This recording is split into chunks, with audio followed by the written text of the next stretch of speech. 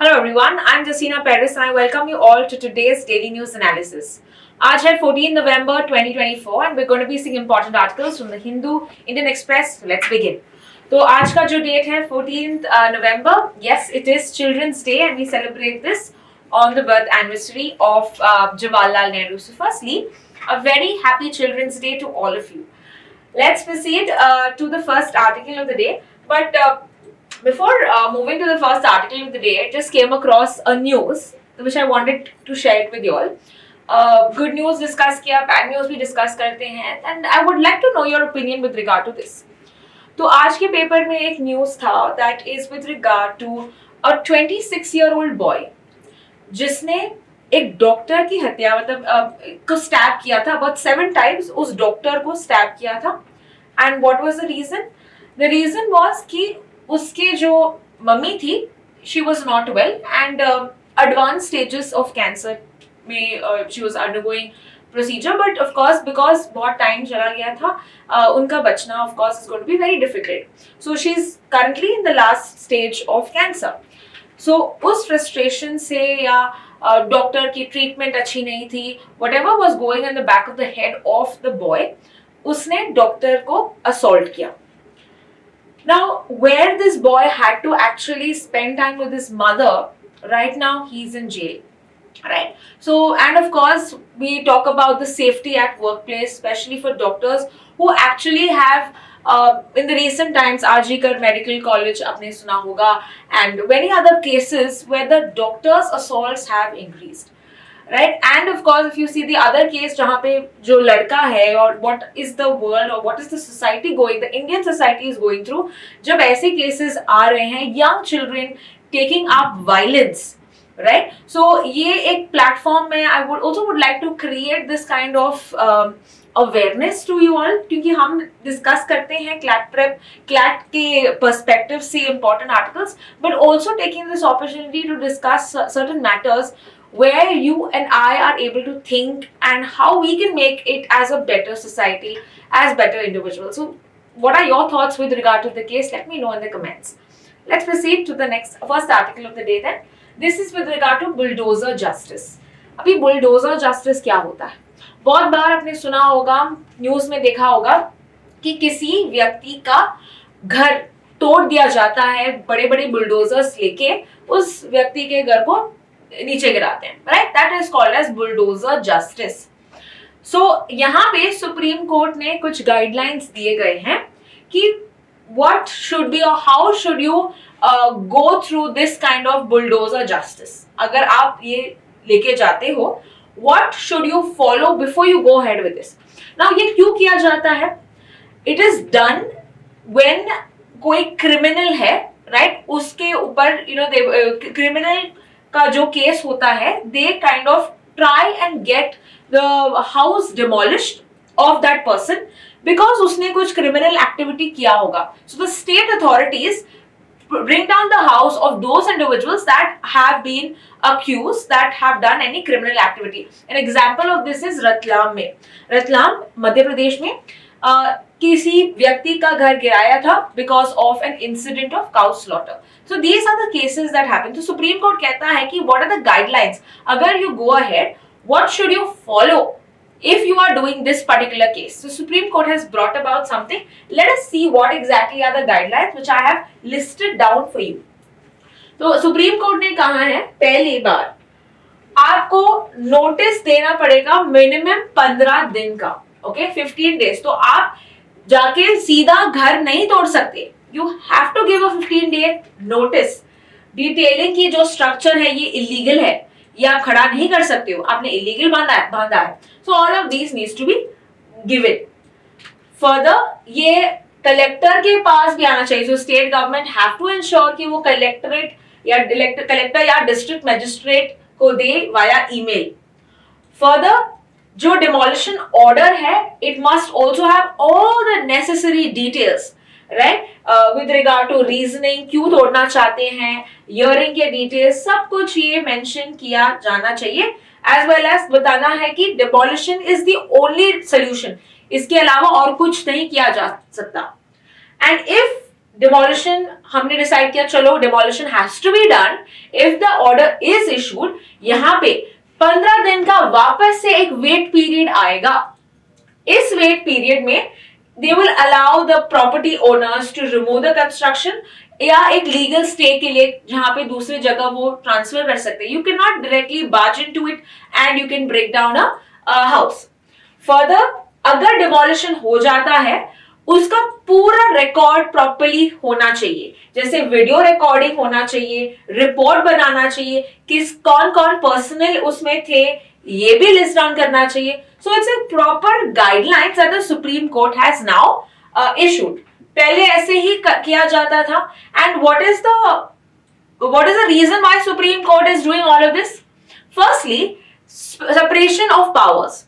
यहाँ पे to decide if the accused या जिसने कुछ गलत किया है, if you are considering him he's done something wrong, the judge, right, the judge or the Supreme Court or the High Court, they have the power to pronounce him guilty, है ना। ये state authorities अपने हाथ में नहीं ले सकते, उसने गलत किया होगा, but the kind of the justice that has to be given, it is we have a judiciary in place for that। तो ये गलत है, तो अगर आप कर रहे हो ये पूरा गाइडलाइंस फॉलो करना चाहिए। अपार्ट फ्रॉम दैट एक ट्रांसपेरेंसी होना चाहिए, on what basis have you taken down that house, right. तो प्रॉपर एक अगर हमारे पास रिकॉर्ड होगा कि प्रॉपर प्रोसीजर फॉलो किया है, then of course you can go ahead with it. And thirdly, the right to shelter. Now accused ने किया होगा कुछ गलत चीज, बट उसके साथ इनोसेंट पीपल भी रहते हैं, राइट। उनके लिए we have the right to shelter under article 21। तो आप उनको अपना जो राइट से डिप्राइव कर रहे हो by taking down that house, which is very bad thing to do. So therefore supreme court has stepped in and said कि बुलडोजर जस्टिस जो है, अगर if you are going ahead with this, what are the guidelines to be followed before demolishing the homes of the persons that are accused in criminal cases. Let's now proceed to the next article. Next article, The Hindu के पहले page में दिया था about Booker Prize. तो कुछ awards भी हम discuss करते हैं। Booker Prize क्या होता है, किसको मिला है, let us discuss all of that. So Booker Prize has been given to somebody known as Samantha Harvey.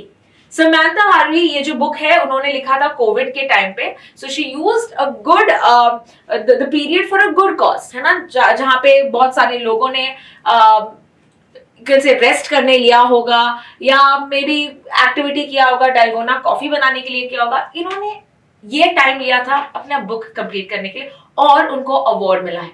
And in fact ये अवार्ड से the prize money of this is about 50,000 pounds. Okay, and remember 1 pound is about 100 rupees. So 50,000 pounds इनको मिला है with regard to this. So a very you can say हमको inspiration भी मिल सकता है इनसे, इनकी achievement से। And इनका जो book है जिसको award मिला है, that is called as the Orbital. Okay, the name of the award is called as Orbital. So you have to remember this fact. It is with regard to a space story. अभी Booker prize के बारे में जल्दी से जान लेते हैं किसको मिलता है। यहाँ पे it was founded by in the UK in the year 1969। ये एक इंग्लिश वर्क को दिया जाता है। So what are the categories to get eligibility should be written in English only. Okay, further यहाँ पे ये पब्लिश भी होना चाहिए इन द यूके और the Irish print, right, as well as in the year of the prize on itself it should be published. So it's not an old work जिसको ये award दिया जाता है। Further, despite कि आप कौन से nation से हो, okay, does not matter. If you have written the book in English, published it in the UK or Irish print, you can get an award. So does not matter कि आप कौन से country से belong करते हो, लेकिन UK और Irish print पे होना चाहिए। फर्दर ये जो वर्क है should be originally in English, कोई ट्रांसलेटेड वर्क को नहीं दिया जाता है। So earlier this award was only given to commonwealth countries, but now it is kept open. Does not matter कि आप कौन से कंट्री से बिलोंग करते हो, but major thing is should be written in English and publish in UK print. And we see that award को 50,000 pounds मिलता है, यू कैन यूरोस मिलता है। So this you can understand with this particular award. Let's see the next article. The next article is with regard to ये है अंतरिक्ष अभ्यास. Okay, अंतरिक्ष अभ्यास. This is an exercise. Which is the country where this exercise has happened? Of course, this is India. India का exercise अंतरिक्ष अभ्यास. Why is this important? Because this is the first space exercise. अब ये क्या है space exercise? जहाँ पे आप हमारे space capabilities को बढ़ाना चाहते हैं. We want to ensure that we are जैसे वॉर जो है ये हर डोमेन में हो सकता है. पानी में हो सकता है, right? We have the navy for that. Then we have with regard to air के थ्रू यू कैन से वॉर हो सकता है. We have the air force for that. Then we also have the war on land, right? तो इसके लिए we also see the army that is capable for that. But now we are moving to space wars. तो ये तो movies में सुना होगा. Now it's coming into reality where we also in 2019 हमने एक सैटेलाइट को उड़ाया था, राइट? इस सैटेलाइट का नाम, इस मिशन का नाम था mission Shakti. So now we have progressed from the normal conventional war domains to outer new emerging war domains जैसे कि space, right? Space है, फिर you have your cyber crime, cyber threats, right? That is another domain of war. तो mission शक्ति क्या था? ये mission शक्ति जहां पे हमने एक सैटेलाइट को टारगेट करके गिराया था. It was an anti satellite mission. और किस सैटेलाइट को उड़ाया था हमने खुद के ही सैटेलाइट को उड़ाया था, बिकॉज ऑफ कोर्स नहीं तो सैंक्शंस लग जाते. And we did not want that. So yes, mission Shakti was to show the world our capabilities of targeting satellites. तो उसी के चलते हुए हमने एक एक्सरसाइज स्टार्ट किया है ताकि the best practices are shared, new technologies are discussed, and we understand about further venturing in the space domain. नाम क्या है एक्सरसाइज का? एक्सरसाइज अंतरिक्ष अभ्यास. ये पहली बार ये एक्सरसाइज स्टार्ट हुआ है. Further, who has hosted this particular exercise, उस बॉडी के बारे में जानते हैं, which is the defence space agency, the DSA. ये जो ऑर्गेनाइजेशन है ये आया था 2018 में, 2018. It is an integrated tri services agency of the Indian armed forces और इसका हेडक्वार्टर्स है Bengaluru, Karnataka, right? And what are the major tasks of this? ताकि हम स्पेस वॉरफेयर को वेंचर मतलब to increase our capabilities in that, satellite intelligence assets जो satellites का इस्तेमाल होता है समझने के लिए with regard to navigation systems. We know that we use जैसे हमारे खुद के नेविक सिस्टम है या जहाँ पे आपको जो आपके एडवर्सरीज ओपोनेंट्स के भी आपको प्रॉपर मैपिंग किया जाता है ताकि we understand the military can use this particular data, right? तो इसमें जो space, जो covert operations करते हैं, चुपचाप operations करते हैं, ये है हमारा defense space agency, जो हमारी military के साथ मदद करता है, जो उनको information चाहिए satellite के through देना, ये body help करता है. So this is DSA. Let us proceed to the next article. This is a one-liner, जहाँ पे we see that पहली बार inaugural first time India and US दोनों डिस्कस कर रहे हैं Indian ocean dialogue. Okay, so this is the first of a kind Indian ocean dialogue. कौन से दो कंट्रीज हैं? India and US. In fact US के साथ हमने बहुत बार कोऑपरेट किया है. जैसे कि क्वाड की बात करें, you must have heard of the quad nation. Which are the members of the quad countries? Quad countries के मेंबर्स हैं India, US, Japan and Australia. India, US, Japan, Australia. तो ये 4 कंट्रीज हैं. तो ये जो 4 कंट्रीज हैं, they are cooperating under which area? Indo Pacific region. तो यहाँ पे इंडियन ओशन रीजन भी आता है as well as Pacific region. So Indo Pacific region के लिए ये 4 कंट्रीज ऐसे भी कोऑपरेट करते ही हैं. अभी जो इंडिया है कोऑपरेट कर रहा है सिर्फ यूएस से for Indian ocean dialogue. So we are going to see it's going to happen virtually. That is happening today. तो ये स्मॉल न्यूज है that we have covered. Let's proceed to the next article. Next article is something known as the Nehru archive. What is Nehru archive? यहाँ पे Jawaharlal Nehru, we understand that it is his birth anniversary, और next year this is going to be live, the Nehru Archive. तो archive is something that is your data that is stored, जो आप कहते हो past data, जो आप separately store करना चाहते हो, right? So you archive WhatsApp chats, right? So this is also something very similar, जहाँ पे आप नेहरू जी के जो भी लेटर्स लिखे थे उन्होंने चीफ मिनिस्टर्स को या दूसरे गवर्नमेंट्स को, वो सब कलेक्ट करके उनकी जो बुक्स है ये सब भी डॉक्यूमेंट करके इन्होंने एक ऐसा बनाया है called as the Nehru archive. Who has created this? This is the Jawaharlal Nehru Memorial Fund. Okay, the JNMF is the one that has created the Nehru Archive.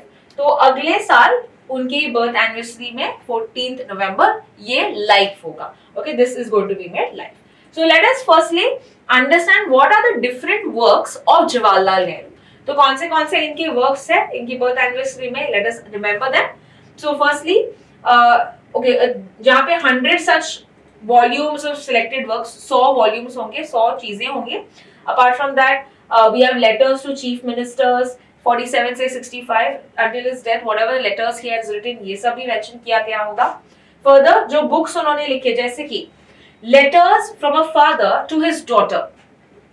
Next, glimpses of world history, glimpses of world history. Next, an autobiography. Next, the unity of India. Next, the discovery of India. And finally, a bunch of old letters. ठीक है, तो ये पूरे उनके जो books हैं ये सब भी यहाँ पे पब्लिश होगा in the Nehru Archive. Okay, so this is the first Prime Minister of India, and of course his achievements need to be renowned and known. And यहाँ पे जो archive होगा, this will be on the same lines of the US-based Wilson Center. तो ऐसे ही एक system बनाएंगे. Now, Jawaharlal Nehru Memorial Fund ये कब आया था? It came in the year 1964. Okay, 1964.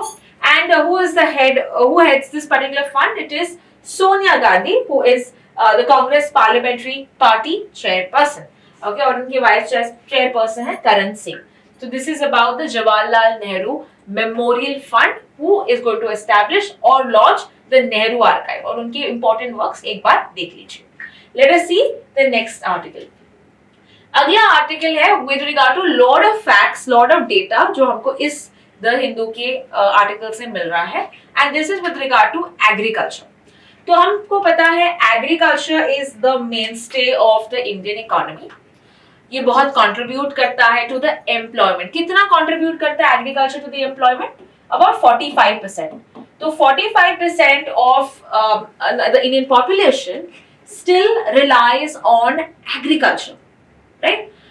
And there are 3 such sectors जहां पे यहाँ पे कॉन्सेंट्रेट किया है आर्टिकल में. What are the 3 sectors? First is tea, sugar and millets. So हम बस कुछ basic facts समझेंगे with regard to these 3 components. And we also article में बताया गया था कि इनको sustainable बनाना चाहिए. How can we push or give a push to agriculture? Because we are one of the world's leading agricultural product exporters. Right? तो इसको और भी sustainable कैसे बनाएं? ये सब इस आर्टिकल में डिस्कस किया गया है. So let us understand what are the facts important for us in the examination. So starting with millets. Okay, millets की बात करें, India is the world's largest producer as well as exporter of millets. तो India का rank क्या है? India का rank first है in production as well as export. Millets क्या होते हैं? जैसे कि बाजरा, ज्वार, sorghum, right? So these are your millets. Millets are very good for health. In fact, diabetes patient के लिए this is going to be a very good source of food because fibrous भी है as well as low glycemic index. जिसका this product का low glycemic index होता है, right? यहाँ पे we see that the glucose content is lower. Right, so that is what is millet, and in fact today is World Diabetes Day as well. The 14th November is also celebrated as World Diabetes Day. This is also something that you can remember. Okay, so millets का जो year है, we also see that 2023 India ने propose किया था ये कि 2023 should be celebrated as international year of millets, and UN ने इसको सेलिब्रेट भी किया था 2023 में. इस साल क्या है 2024 का year? It is the year of कैमलेट्स. Just a little trick for you to remember, just a little fact for you to remember. Camelids, जो कैमल के फैमिलीज है, अल्पकाज हैं, कैमल्स हैं, राइट, उसका ईयर है कैमलिड्स. एंड अगला साल 2025 it's quantum science and technology. Okay, this is year for 2025. ये है 2024 और 2023 ईयर ऑफ मिलेट्स. ऑलराइट, अगर हम डिस्कस करें ऑफ शुगर, ओके, शुगर की बात करें, then India is ranks second in production.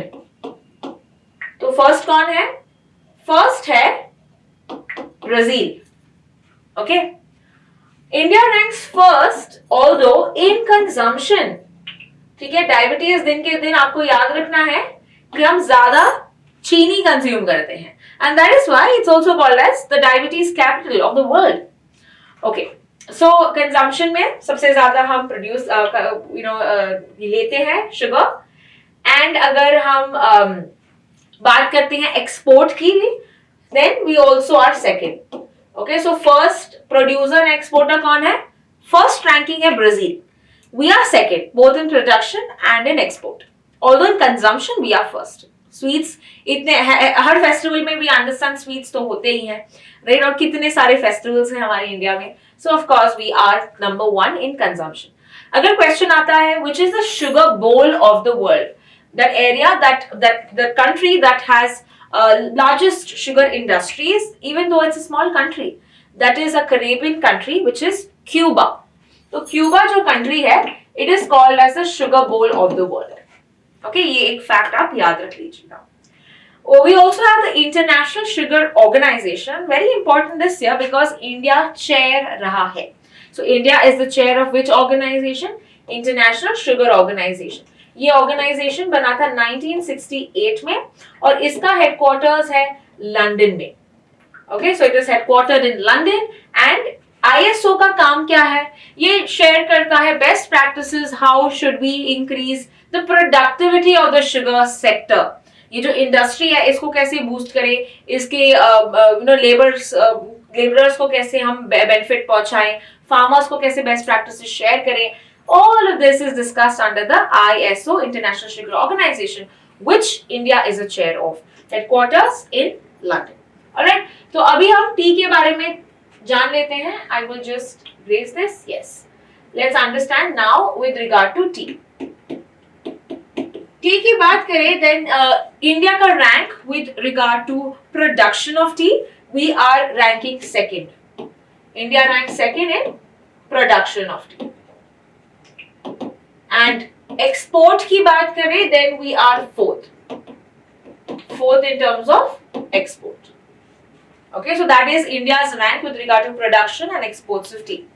Again, it has been in the news that एक international confederation of small tea holders, international confederation of small tea holders, ये इनका headquarter China में था and now this is located in Guwahati. Okay, so Guwahati Assam में ये अभी इसका headquarter shift हुआ है. So therefore you can be expected to remember about these facts as well. China में था, अभी गुवाहाटी में है. And if you talk about the tea board of India, where is that located? That is located in Kolkata. Tea Board of India is located in Kolkata. तो ये सब facts आपके exam के लिए बहुत ही important है, जो आज के आर्टिकल में भी मेंशन किए थे. So I have compressed and given you some additional information with regard to tea, sugar and millets and how India plans to increase and make it more sustainable. Let's proceed to the next article, which is about domestic systematically important banks. So यहाँ पे जो 3 banks, important banks, SBI, HDFC and ICICI bank, ये 3 banks have retained their position as domestic systematically important banks. They are called as DSIBs. ये DSIBs क्या होते हैं? D-SIBs are those banks that are too big to fail. Too big to fail. What do you mean by too big to fail? यानी कि इनका जो size है बहुत ही ज्यादा बड़ा है, इनके जो ऑपरेशंस है पूरे इंडिया में चलते हैं, इनका जो वर्किंग है कॉम्प्लेक्स है. अगर ये बैंक फेल भी हो जाए then it's going to affect the whole economy. And I'm sure that you know, आपके family में भी there will be one person, of course there will be your family members, at least एक account तो होगा इन तीनों में से, which talks about how big these banks are. तो यहाँ पे RBI ने just कहा है कि we have maintained that these three banks are domestically important. India के लिए domestically systematically important banks. वैसे ग्लोबल सिप्स भी है, जैसे global systematically important banks we have like JP Morgan है, बैंक ऑफ अमेरिका है. These are the banks which are globally, अगर ये फेल होते हैं then it gonna have repercussions for the entire globe. But ये इंडिया के लिए important है. So they have certain criteria कि 2% ऑफ GDP होना चाहिए, इतना उनके पास जो वेल्थ है दैट शुड बी देयर. सो इतना उनका इनके पास वो टर्नओवर, इनके पास जो रिसोर्सेज हैं.